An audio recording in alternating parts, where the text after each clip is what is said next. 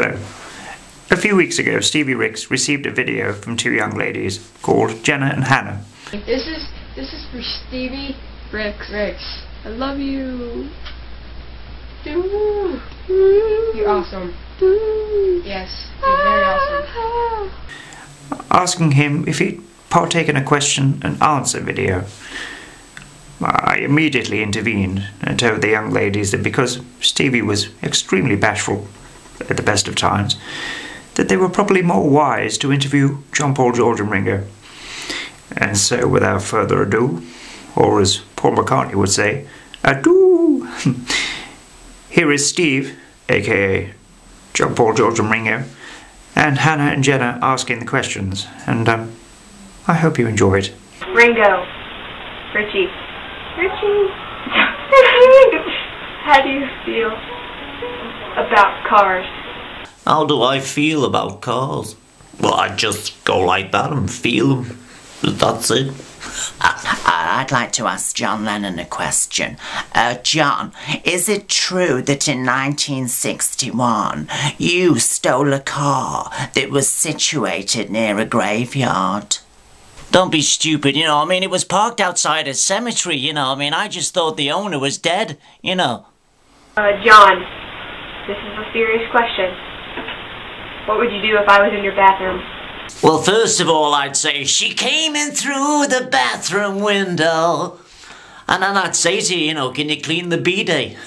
Only joking, you know, because I haven't got one. And then bidet, in case anybody doesn't know, is what you sit on to wash your private parts, okay?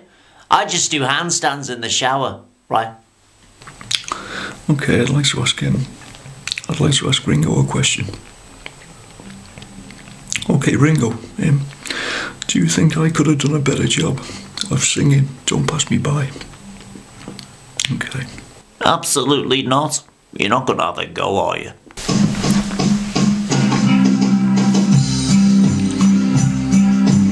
Listen for your footsteps coming up the drive.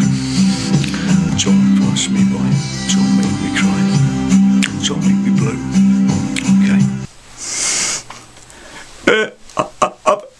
I've got a question for John Lennon.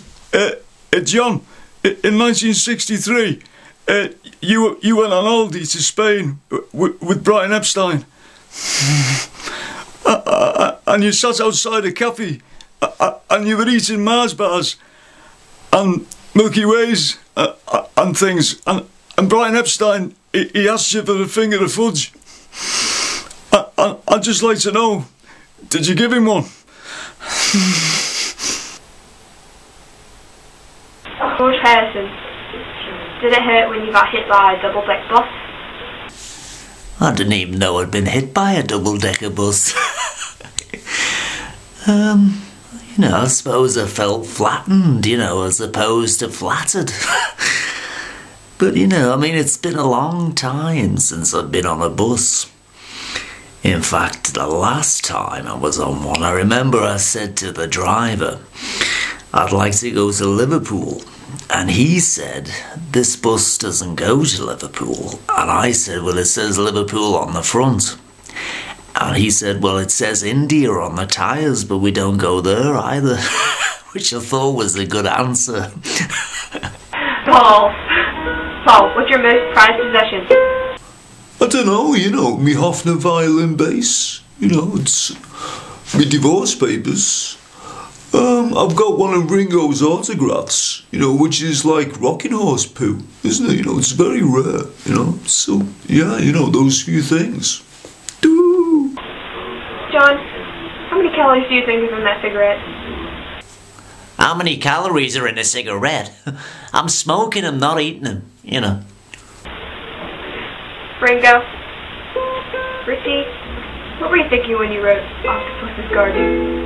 Well, originally I was going to do a song about lobsters, and it was a great idea, but the lobsters got upset, and they said they wanted paying, and I said no, and they weren't happy, you know, they were upset, and because they have a rough deal, lobsters, and they don't get paid. They don't even get any family allowance. I couldn't believe it. they don't get a thing for the nippers. So yeah, so I just changed to an octopus.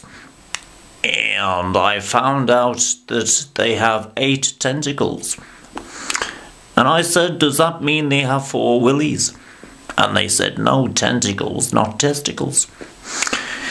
And so yeah, I wrote a song with an octopus and he was great. And it was great writing with him because he had a lot of ink. And that was it. That's great. Paul, could you possibly tell me where the do comes from? Where does the do come from? I don't know, you know. Probably the same place as the don't. You know, but I mean, who put the bop in the bop she bop she bop? Who put the ram in the ram-a-llama ding-dong? George, will you paint my fence?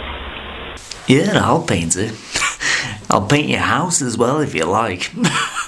Green with black shutters. Yes, I'd like to ask John Lennon a question, please, and it's in 2 parts. The first part is, John, in 1971, you bought me a pair of moon boots. Why did you do that? And the second part of the question is, have you a New Year's resolution? And if you have, would it be to pay me my commission, which you still owe me from the gig at the Wilson Hall in Garston? And I've been waiting for 47 years for that, John, and I think it's about time that you paid me. Okay, well, firstly, right, I bought you the moon boots in the hope that you'd go, you know, and you obviously haven't.